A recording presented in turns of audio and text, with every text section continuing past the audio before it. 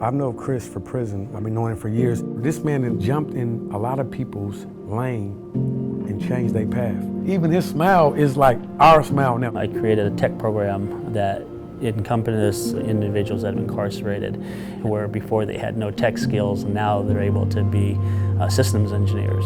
This man basically grabbed our hands and walked us and showed us how to look and change, how to make an effective change in your community. Man, you feel it and you see it, and it's happening every day. Turns out that I wasn't a U.S. citizen after all these years, and so when I was released from prison, I received an order of removal, and so I was being deported to Vietnam. They were like, we really need to get the Seattle Clemency Project involved because they have helped with these deportation cases. And so that's kind of how I got connected with Luis over at the Clemency Project.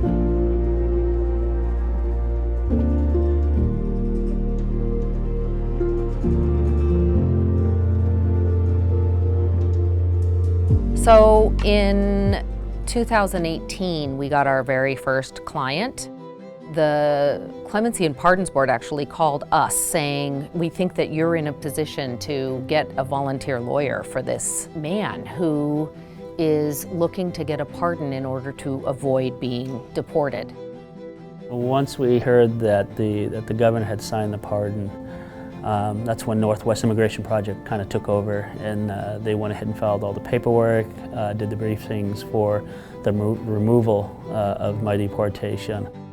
My name is Kevin Hollins, and I'm a staff attorney at the Northwest Immigrant Rights Project in the Naturalization and Citizenship Unit. And so that means I'm generally working with people who have been longtime permanent residents who are seeking to apply to become citizens. A lot of times it's because people are trying to work or trying to do something in the community, and they're worried about contact with immigration authorities. They always have to live with this fear that at any point ICE could come pick them up and determine that they're deportable and put them in a deportation proceeding. Even at a young age, I could feel like the stress, like why is my mom always on the phone? Like why does she look sad all the time? One day she would bring me to the office with her with like all of my siblings, and I was just wondering like why do we keep going to these offices? Like who are all these people and everything? And one day my mom just like let us know we might get sent back to Cambodia, and like at that time it felt like something we couldn't control. So I'm stressed. Even I laugh, still stressed. Sleep, sit down, everything, think about that, still stressed. Then that time I think I don't want anything. I just want my family together. I don't want anything.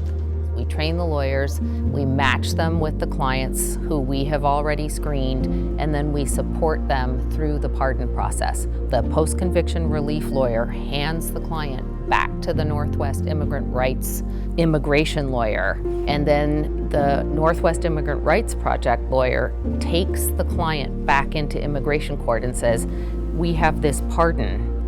And then the immigration court looks at it and says, okay, so the basis for the removal order was this conviction that has now been pardoned. So we can now terminate that order of removal.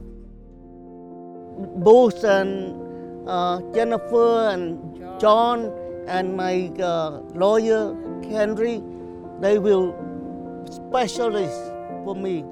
Once we heard that the governor had signed the pardon, for me it was definitely, I would say, life-changing. Knowing that there's nobody like behind you trying to come after you, trying to deport you. It's something that I wish everybody could kind of experience. Once they told us the good news, like it just felt so much easier to breathe. Since I meet my attorney, I'm born again. If we as a society are going to promote rehabilitation in any real way, then we have to promote that people live in the communities with the people that they love and who care for them.